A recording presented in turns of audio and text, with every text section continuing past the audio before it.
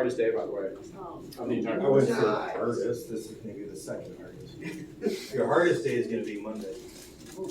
Like, 7 days that are past. No, like the Monday coming up. You all gonna fight, first robot fight club. Bill test over. And I'm just going up a page, so I have, there's very specific language that I use to define things, so. Okay, so today we're gonna have fun and we're gonna talk about problem statements. What are they? How to generate them, how to regenerate them, how to modify them, and then how to take that problem statement, turn it into a hypothesis and an MVP. All right? First off, what is a problem statement?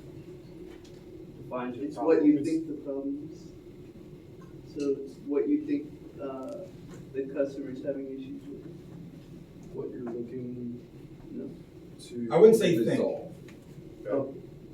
So think means Assume. it is, we have an idea, but we still need further testing and research. It's a hypothesis. That's a hypothesis, okay? So there's a big difference between a problem statement and a hypothesis. So a problem statement defines the gap between the current state and the desired state or the future state of where you want to be on any given level. So say within an organization I have, my current state is, let's use 7MXG and B1 maintenance. My current state is I can only generate 8 sorties a day, and my requirement is to generate 14. My future state, I want to get to where I can generate 16 sorties, and it gives me, so I have room to navigate the day-to-day journey. So what is my problem statement based off of that? Your problem is what your limitations.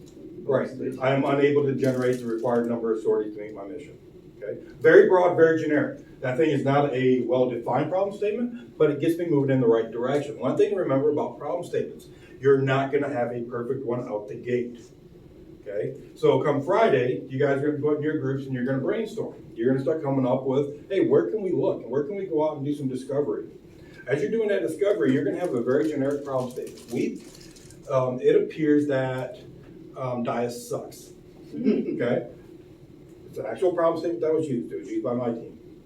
And we went off in 500 different ways, and we beat our heads against walls, we fought with each other, we got grilled on the Friday presentation because we were going in too many directions.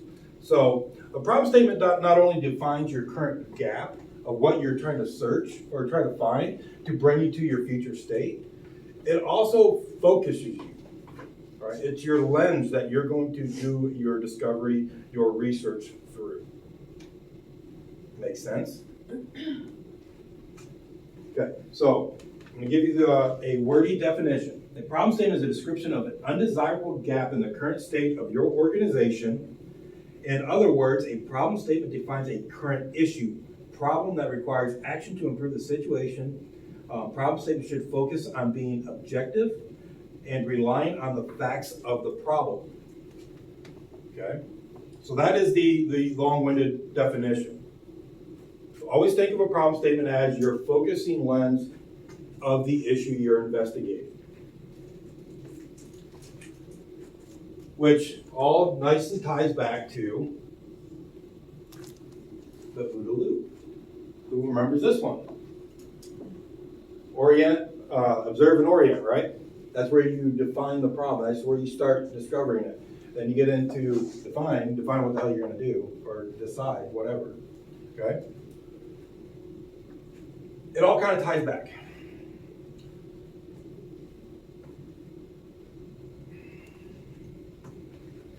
One thing you need to focus on with your problem statement is this right here. When you go and generate your final problem statement, or as you're going through it, there are some elements that it has to pertain or has to have in it include. All right, it needs to focus on 3 things: who the beneficiaries are, your stakeholders, and your organization.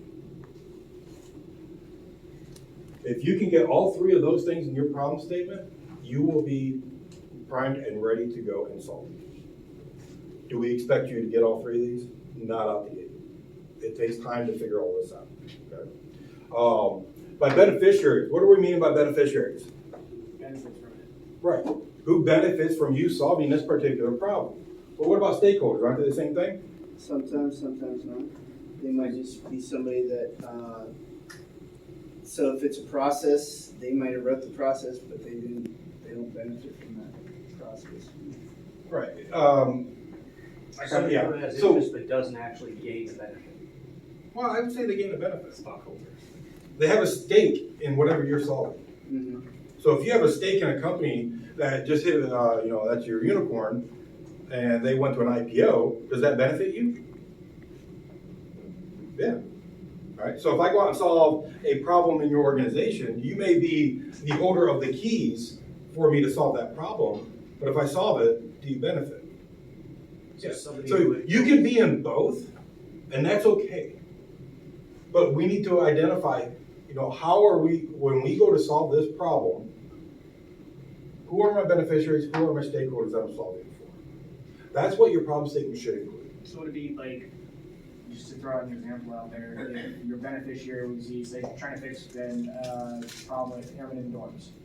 And your stakeholder could still be like squadron leadership because they benefit, or they have a stake in the airmen's morale or their quality of living, but they aren't necessarily directly affected by the conditions that the dorm airmen are living in, or They have a stake in it because they're charged with taking care of their airmen, making sure they have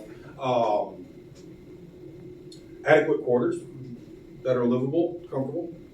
So yes, they have a stake in it, but they could slightly benefit from it because now they're not listening to the complaints. All right. On that one, I would classify them more as a stakeholder because they only have a slight benefit. well, that's kind of what I was asking. Yeah, that's. Leadership would be a that's what you're stakeholder getting as to. opposed to a beneficiary, Right. but they are still involved in the issue. Right. So in that one, your airmen would be your beneficiaries, your squadron leadership, base leadership, CE leadership would be your stakeholders because they all have that thing. But what would be the organization in that example? And so at Ellsworth, the buildings are typically organized or like grouped by organization. So like the Munns kids are in one building, all the NXS kids are in another, and so on and so forth. And so the organization, if you were just focusing on one building, could be the relevant squadrons. Okay. So And it's I would actually, because it's multiple pieces, I would say your organization is going to be the wing. Your wing is ultimately who you solve that problem for, because that's a problem they have to handle, right? Make sense? Yeah. So you would write that in a way saying, the 28th Bomb Wing Airman Dormitory, unaccompanied airman housing is dilapidated and is in need of major repair. Is that a good problem statement? Yes. What's it missing? Specific. Details, yeah. Details are just, are kind of stakeholders, it doesn't address the leadership or. Right. So it's a little too broad. But that's what you need to be able to see. And as you're going through this process or that process, you keep refining that until you get a very concise sentence that identifies your problem. Okay. So when you have your problem statement,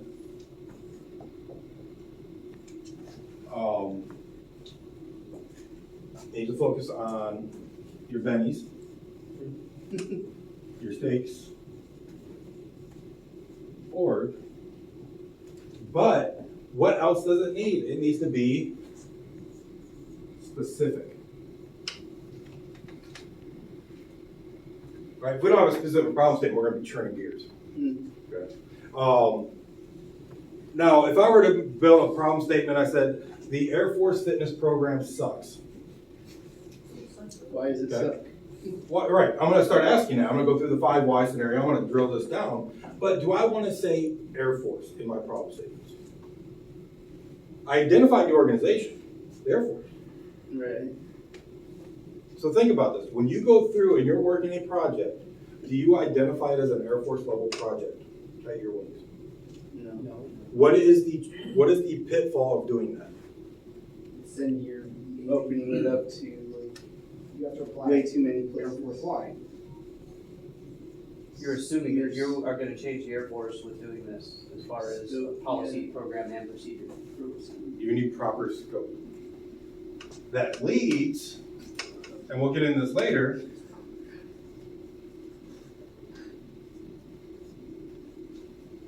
to scalability. But we'll get into that piece later, that's tomorrow. But whenever you're going after a problem, you need to make sure it's scoped properly. You don't want scope creep coming in. You don't want to try and tackle a large issue. We had a team going after mental health in the Air Force. All airmen. Yeah, all airmen was their beneficiaries who they identified. So Their in that, stakeholders were all supervisors. All leadership. so in that like PT scenario with the base, like focusing on the base wide PT, would that be more specific?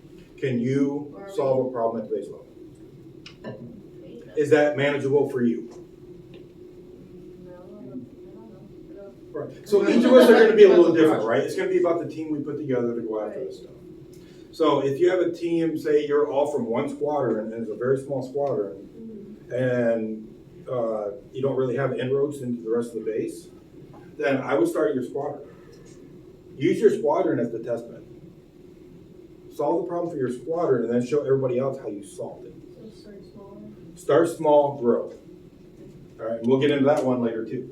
So we're piecemealing everything together. It'll all make sense by the end of the day tomorrow, okay? When I start saying getting into it later, I'm meaning tomorrow. But yeah, start small, grow big. Everybody heard that expression before? Same thing we're gonna do here with our problems. Whenever we're going out and finding things to go after and building solutions, we're gonna start small. We're gonna show that it works. Then we're gonna spread it like hell and scale it out. All right, so a project I'm currently working on, where I just handed over actually. During my cohort, we identified a problem between airmen and NCOs. The airmen don't trust the NCOs don't trust the airmen. And no one talks to each other. Big surprise, right? In the era of process leaders and not people leaders. So we that's what we ended up on was, hey, this is our problem. Airmen don't trust NCOs because they don't know how to talk to them. It was a little bit more fleshed out than that. But our solution was a 5-day emotional intelligence workshop. Don't use the word training, kill word. Workshop where we bring those NCOs in and we make them uncomfortable. We teach them how to have hard conversations, how to have uncomfortable conversations. And they're going to do it in front of the groups. So fishbowl style, like we used to do back in ALS when I went through. Way long time. We don't do that much anymore, okay? You're lucky I can't throw it. So we're using DIAS as the test bed, but I already have interest from 6 other MATCOMs. 12 wings to be exact right now. They want this program. But I have to keep them at bay while I test it here, refine it, and then I'll scale it out. Right. Yes, sir. Kenny, why does small scale testing work in the Air Force? Why does it work? Yeah. I don't know, just the scope piece, We'll cover it later. I think we'll cover it. Bring it back up. Oh, it's something you covered it. Okay. Oh, What else I think should a problem statement focus on besides being specific, beneficiary, stakeholders, and organization? Okay. Why facts? Versus opinions? Because you can assume something all day long, but if it's not factual, then you're chasing your tail. Okay. But what if I have a problem statement where I can't gather facts from because that information either doesn't exist or is close hold, so I have to make assumptions about the information? There has to be a way to develop some facts. There is. So I was just trying to see what you would say. Yeah. So so when you guys start off on Friday and Monday, you're gonna base things on the assumption of. And that's okay. That's what part of this customer discovery process is to take that assumption and go out and test it and validate your assumption. All right. You're gonna go out and say, we think that LRS is unable to fix vehicles because they don't have money. Well, okay, now I need to go and put facts behind that. So now I need to go gather that data. But the thing to remember, and I can't foot stomp this enough, you will iterate your problem statement. Yours. Until you get to a point to where it is sound. And it will not happen within the first week. All right. So as we go through our, each of us who teaches, we all have our very specific areas that we are very passionate about. Mine is problem statement, hypothesis, and MVP. Okay. I just like it. Okay. I don't know why. So when you do your presentations, that's where I focus on. And if I see misalignment, I see you're trying to give me a full-blown problem statement by Friday, I'm gonna question. Hey, if you got it, you got it. If you don't, then don't show me what you don't have. Or don't show me information that you think we wanna see. Let's put it that way. Just give us the honest, right? The facts. That's all we care about. What else should our problem statement focus on? I'll give you a hint. It's already written somewhere in this room. There's a lot of stuff written in this room.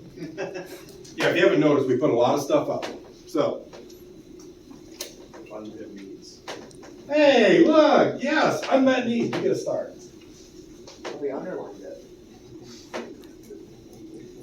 Why? And this, in my opinion, is the most important factor. Why? What do I mean by unmet needs? What things the customers have? What's, unmet needs is what's preventing them from getting to the future state, the actual, what constitutes the gap. Okay, I wouldn't say preventing them, but I would say it identifies the gap. It is, what do they need that they're not getting?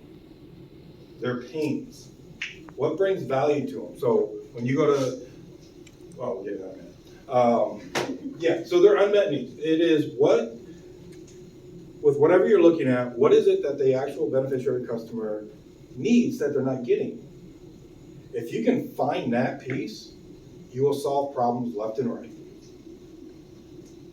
Okay, so I'm gonna go, so a quick example of that. Everybody heard of Good Grips kitchen utensils? You know, the one with the big black handles, they're easy to grab onto, easy to use. People, fans, like them. Okay, yeah, I have a lot of them. Me too. Arthritis is a pain. But that company is a prime example of design thinking at its best, of human-centered design. It was founded, or it came up, one guy had this idea. He was standing in the kitchen helping his wife cook. And he was watching her struggle with a candle because she had severe arthritis. The handle on the old school, you know, the ones that if you threw it was going to kill somebody? The metal one? Yes, and the handle was like this big, right? So he's like, there's got to be a better way.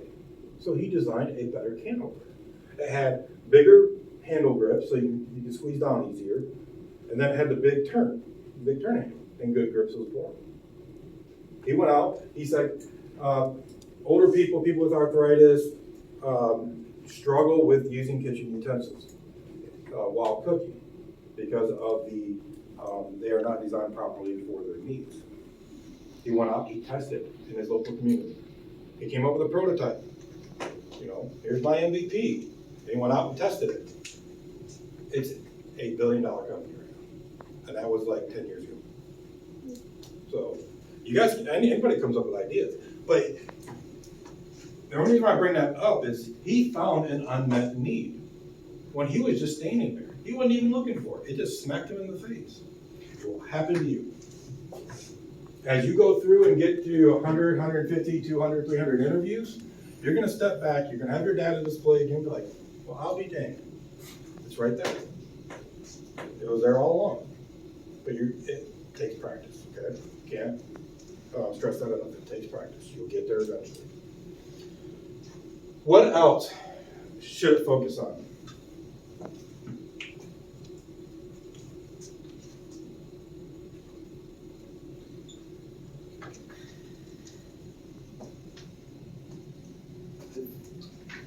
I mean, you've already said it with defining the customer.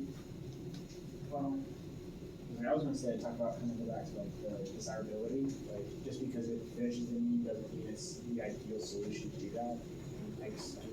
So when we were talking about project scope, We're talking about making sure it's manageable.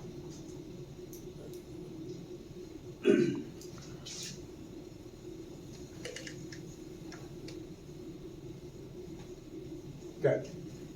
Always ensure that. So if you're going through and you're developing your problem statement where the DoD has a problem with directives and a slow change process for them, okay, good luck. You're gonna burn out, you're gonna be demotivated within a week, and you're gonna go nowhere because you're gonna keep turning your wheel. It's too big of a machine to go after. So make sure it's manageable. What should it not include? Just one thing, name it all. Solution. Yes, it should never infer a solution. Somebody give you a hand over here? No. Super We ran into that yesterday smart. with the whole engineering end user, where we decided that airmen should drink more water, and it kind of. What else? Solution. I was like, Should it not include? Opinions. Assumptions. Well, you're gonna have an opinion as soon as you start writing. Remember, we already said it's gonna have an assumption initially. I'm not worried about the assumptions, because we can validate the assumption, right? So we're gonna make a problem statement before we observe and do everything? Yes, because that's where you're gonna develop. You gotta start somewhere. Cool. That's step one. You gotta start framing your mind around what you're looking at. Okay. Okay, How often remember? do It problem statements change? depends on the group, I mean, or the project. Fine, Typically, when I run a project, I probably change it multiple times within the first iteration. Okay. But as you go further, the less you'll change it because you're getting more information, you're becoming an expert in that problem space. And it'll get, see that chart up there on the right? That kind of explains it a little bit. That'll get more detail, but see how the lines are all over the place? Yeah. And then it starts to smooth out? Right. Think of that as your progress through the problem statement, hypothesis, and MVP Okay. generation. Okay. Awesome. Eventually, it'll get to where you don't change it. Perfect. But if you go, so if you run if you're searching, sorry, if you're trying to solve a problem and you don't change the problem statement, I would question it. Okay. So you can have or opinions or whatever the emotion should definitely be left out of it, right? Yeah, they should be, but that's not what I'm looking for. Okay. That's gonna be the hardest thing, is to not dig your heels and sell you the baby, and you become emotionally charged by what you discovered. It should not include a cause. If you go in and say, well, this is why this is a problem statement in your problem statement, then you are too narrowly focused and you will never let it go. Okay? Because you don't know what the true cause is. Or and that's part of the discovery. So when you go and find the cause, you're gonna see that because you're gonna develop your MVP as the inverse of your cause to solve it. But in your problem statement, don't infer a cause or a solution. These are the two big rules. Does all that make sense? Okay. So an example of inferring a cause and a solution. Dyess Air Force Base sucks because the dorms are crap.